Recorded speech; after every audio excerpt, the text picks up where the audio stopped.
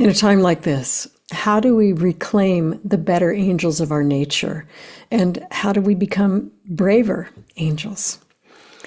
Hello and welcome to episode 8 of the Off-Ramp Project. I'm Carla McLaren and I want to focus on something we can do right now. I've been talking to you over the past 7 episodes about the cultic nature of what we're seeing now in the United States and in other countries as well. The sort of abusive, high dedication, high demand, high intensity, self-sealed groupings that we're seeing where we're us and we're the good guys and everybody else is a monster. That's always a warning that there's trouble. Anything where we're looking out and we're finding monsters, we're talking about the monsters in ourselves. And so finding the better angels of our nature means cut that out and find the angels in yourself, and maybe you can begin to see it in others, even people you've been trained to see as monsters, right? We're talking about the group Braver Angels, and they started in 2016, a group of people from, I think, Ohio, Minnesota, Mississippi, and New York came together. One of them was a family therapist. And they said after the 2016 election, which was an extreme shock and showed an extreme division in our country. And these people came together and said, y'all, our family needs therapy. Our American family is in serious trouble. And we need to see what we can do to bring people back together. Their name, Braver Angels, they started as Better Angels. And that is a reference to the inaugural speech of Abraham Lincoln. And at this point, I think we see Lincoln as this, very staid figure, someone to really be respected, someone who was always an adult and always was well respected. And everybody said, "This is my president." And that's not what happened. It was the election of 1860 was just a rough and tumble fight as the situation with the slave-owning South became more and more intense as people were saying, we cannot have slaves, and the South were like, yeah, come for me. And after Abraham Lincoln won, and he won through the Electoral College, he didn't win the popular vote. He got enough of the states that had enough Electoral College votes that he was able to become the president, but it wasn't a slam dunk. And after that happened, 7 of the states in the South seceded from the Union, right? So now we had 2 countries on this same plot of land, and those 7 states became the Confederacy. So the Civil War kind of started right then. It was brewing. So when Abraham Lincoln spoke his inaugural speech, he did so in a powder keg, in a rough and tumble, kind of a disastrously broken apart United States. And the Civil War would start, I think, a month later, right? It was terrible. It was a terrible, terrible situation. And the part of his speech that became most famous is the Better Angels part, and I'll read it to you. We are not enemies, but friends. We must not be enemies. Though passion may have strained, it must not break our bonds of affection. The mystic cords of memory, stretching from every battlefield and patriot grave to every living heart and hearthstone all over this land, will yet swell the chorus of the Union when again touched as surely they will be by the better angels of our nature. That was spoken in March 1861. Civil War started in April. So he was speaking to a grave situation with hope, with trying to see beyond and above it. And the people who started Braver Angels were called Better Angels at first because they also wanted to bring the hope and to say, we as Americans have been in a situation that is worse than this. All right. We were torn apart. We were in a war. We lost ourselves to our inability to communicate over areas of conflict. We lost ourselves over slavery. And eventually we came back together. But there are still many parts of the South where that war is called the War of Northern Aggression. Right? It's been sort of, covered over. But the fight was about whether we as a country could enslave people. And one of the things that I've been very aware of in my life is that you can't become a world power. You can't become a first world nation unless you enact slavery. And slavery can look a lot of different ways. It can be actual slavery like we had in the United States. It can be enslaving nations where, for instance, the tiny island of Portugal and the tiny island of England became massive, and Spain isn't big. They became massive world powers because they had navies and they could go and colonize. And basically to colonize entire countries or regions is to enslave them. So you don't become a first world power without some form of enslavement, which may be the caste system, such as they have in India. It may be colonization. It may be actual slavery. It may be plantations, right? It may be Egypt was a massive world power, and they used to go and have wars with people and bring the people back to be their slaves. So for us to have this experience of slavery is nothing special or unusual. It's what needs to happen if you want to be that kind of a violent world power. It's what happens. And so I think people weren't able to look out and see that slavery was a function of how we had grown and how we didn't quite understand history and all that stuff. But at the time, slavery was the engine that kept the United States, the once United States, because it had split up. It was the engine that was keeping us all eating. It was our financial engine, slavery was. And so, we can understand why people in the South who had grown up with slavery and it was the norm. And, there was so much built around our slave history that it must have looked like an absolute ridiculous proposition that people from the North who didn't, they didn't plant the cotton, they didn't take care of the rest of the country, they didn't know what was going on or how things worked, that they would tell the South what to do. And of course, it got violent, it got deadly. And so it's interesting that these people who started Braver Angels in 2016 in response to the very difficult and painful and chaotic crisis level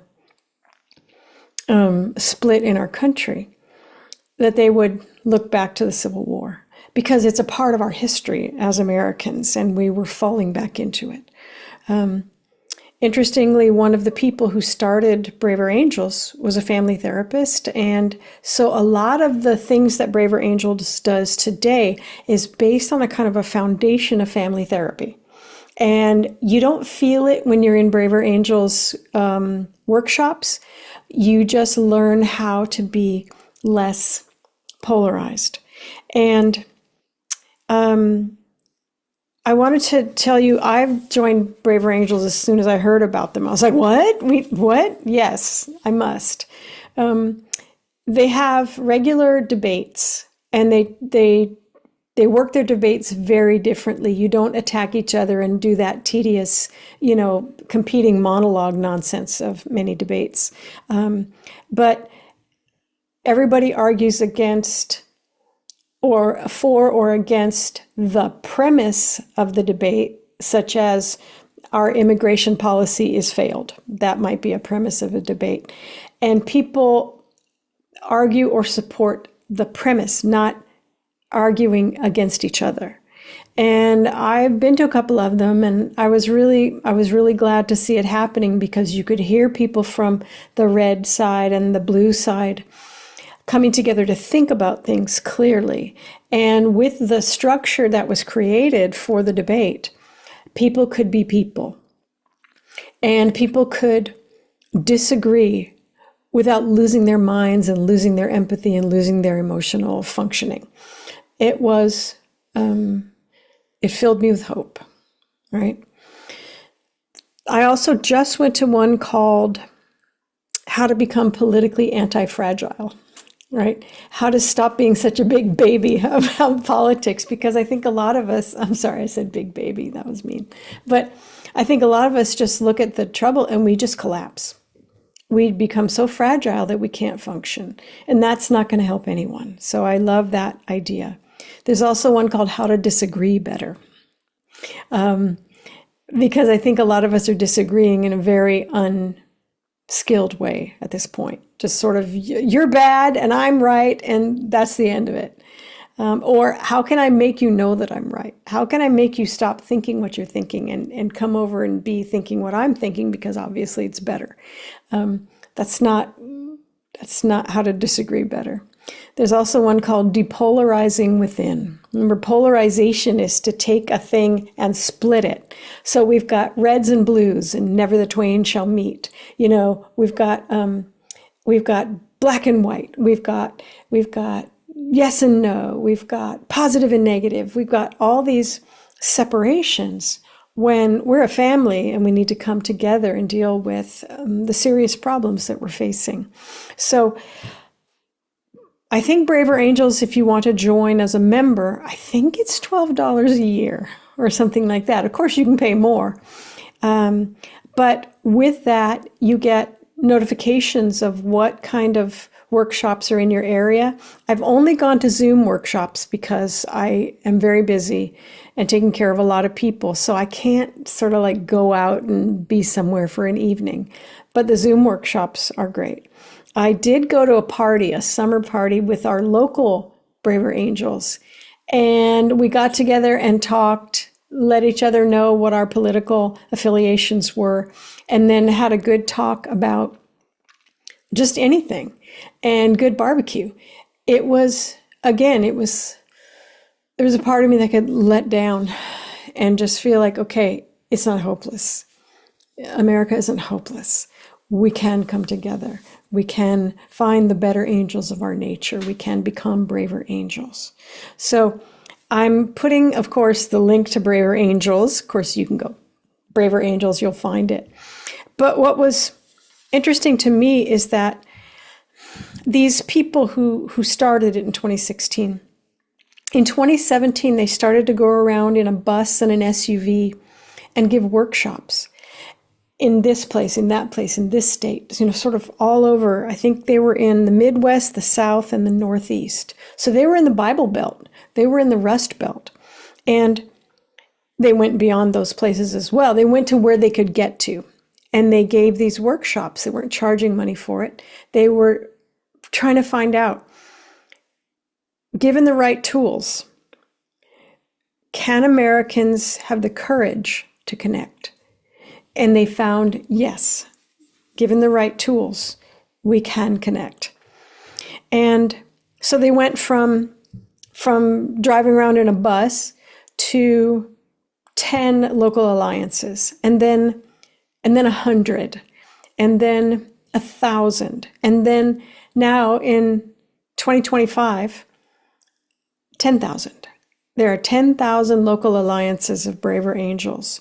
If you're feeling alone as a blue person who does not want to hate half of the country and does not want to feel hopeless, you are not alone. And if you are feeling overwhelmed and alone as a red person being taught to see blue people as literal monsters, and you don't want to play that game anymore, and you look around you and you can't find anyone to talk to, you can't find an off-ramp from this behavior, you're not alone. There is an off-ramp. It's Braver Angels. And at this point, they've got over 1 million followers online. And that might not seem like a lot, right? We have 350 million people in the United States, but it's a lot of us. It's a lot of us. And it is people like us who rebuild countries after the Civil War is over, because we have to hold on to the better angels of our nature and to the nature of other people. What we've seen, and I'm not done talking about how we got here, but what we've seen is high demand, high intensity, high control, extreme polarized, self-sealed cultic groups forming. And those are powerful social structures that can erase really a lot of the empathy and humanity of people, because they're so focused on the movement. They're so focused on the group. They're so focused on the prize that they can lose themselves behind it. So coming at people when you're overwhelmed and you're full of rage and panic and other emotions that are being jacked up all the time on social media and regular media, coming at people who have basically endured cultic abuse in order to get in these polarized, closed off, blinkered systems. Coming at them with those kind of emotions is going to do precisely nothing. It'll make it worse. It's going to make it worse. So being with the braver angels, online or in your community, taking that time, taking your $11 or $12 and dedicating it to people who saw what was happening in 2016. I think we all did, but these ones had some ideas about what can we do. Because when we get through the chaos and crisis of this time, we're still Americans. And even if the South secedes or California secedes and takes Oregon and Washington with it, or whatever is going to happen, when all that explosion is done,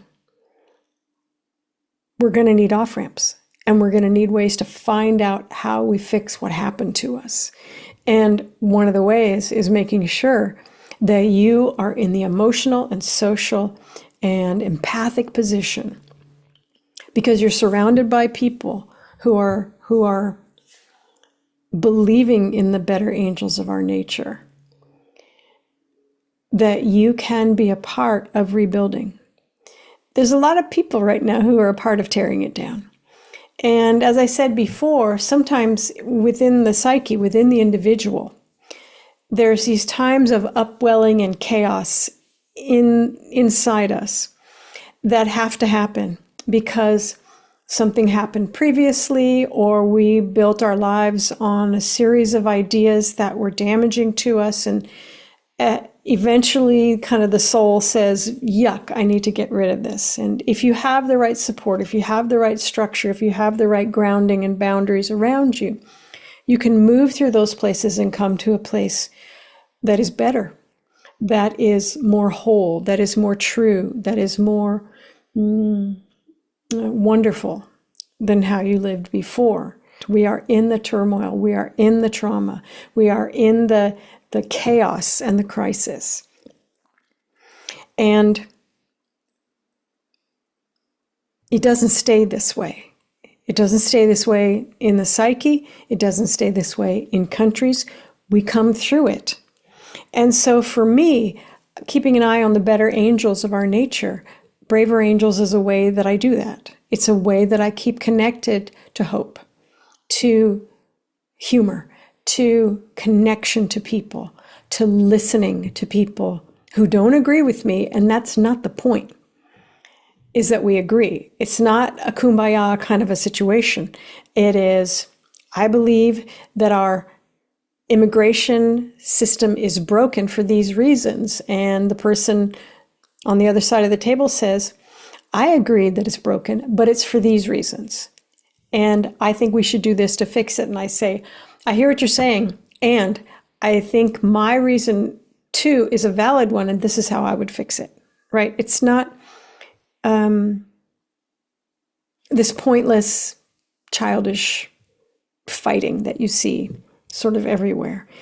It is people coming together over a table to deal with some of the most difficult and painful and screwed up things in our lives from within their own viewpoint. We don't have to become the same person thinking the same thing, because then we're just in another self-sealed, high dedication, high demand cultic system where everyone has to be me. Everyone has to agree. And if they don't agree, they're terrible and they're monsters. That's ridiculous, right? We don't do that. And so as we look ahead, it's bad. It's going to get worse. All right. It's gonna. It was heading this way and it's, going downhill. Everything's on fire. And there's a third act. Braver Angels has really, I don't go every night. It's not like an AA group or something. I go every now and then when I'm really interested in what they're doing. But even that small moment helps me see there is hope. There is a plan. There are people thinking about this. There are intelligent, empathic, functional people thinking about this wild, unempathic, dysfunctional time. And they see a future that's possible. That is so important. I was thinking back to all the different times in my life when I was, living in hell. I was abused for a couple of years when I was very young. I think it started when I was 3. And during that time, I did a lot of art for a kid. I did a lot of art. I was very, very active. I dreamed a lot. I wrote things in my head, right? I created this whole interior and exterior world that could get me through what was happening. When I was in my cult, I did a tremendous amount of art. When I was in my first painful, abusive marriage, I wrote a lot. I think I wrote a novel at that point, right? I was always doing my art. I was always figuring things out. I had a strong interior life. And that art, that writing, that time in nature was what carried me through the difficult times. And what I would ask you is, what are you doing to feed your soul when you see this kind of despair around yourself? When there's so much chaos and crisis that you can't even, keep up with it. You can't even keep up with it. What are you doing for yourself? What are you doing to reach out to people who are healing and supportive? Because you'll need that. You'll need that. My friend Marianne Langford from Canada, she's one of my colleagues in dynamic emotional integration. She says, in times of trouble, most people cut their self-care by half. And she said, you actually have to increase it, right? You have to double it. And for me, self-care is writing, it's dreaming, it's moving, it's laughing, it's cat videos. I have a group of people behind my Instagram account, and all that we do, one is my sister, my niece, my son, a couple of our family friends. We just send each other the most horrible, funny memes you've ever seen. Sometimes we send each other just delightful, beautiful art and poetry and singing, but a lot of times we send stuff to each other that nobody but us would find funny because we're terrible. So we're feeding each other constantly during this time of awfulness. Yeah. We are supporting each other. We are making each other laugh. We are making each other feel. We're playing, right? During times like this, is so important to remember the rest of your emotions, not just the ones that are looking at the horror and the polarization and the traumatic behaviors we're seeing everywhere, and the panic and the rage and the shame, and oh my gosh. But remember to keep your emotional system open and flexible. Feel everything, not just the things they want us to feel so they can control us, right? And depress us and stop us from acting, because your emotions belong to you. Your empathy belongs to you. And you get to say what happens, even when, it's 2 years out of your childhood, seemingly gone, right? It's your first marriage. Not a complete waste of time because you got a child out of it, but in times when you're sort of waiting to survive through the trauma and the upheaval and the despair, remember there's always someone inside you who can say, hey, look at that beautiful flower. What a freaking awesome rainbow, right? This is gonna make my sister laugh so hard, right? I was like, put down your milk, because this is gonna make you spit milk right out your nose.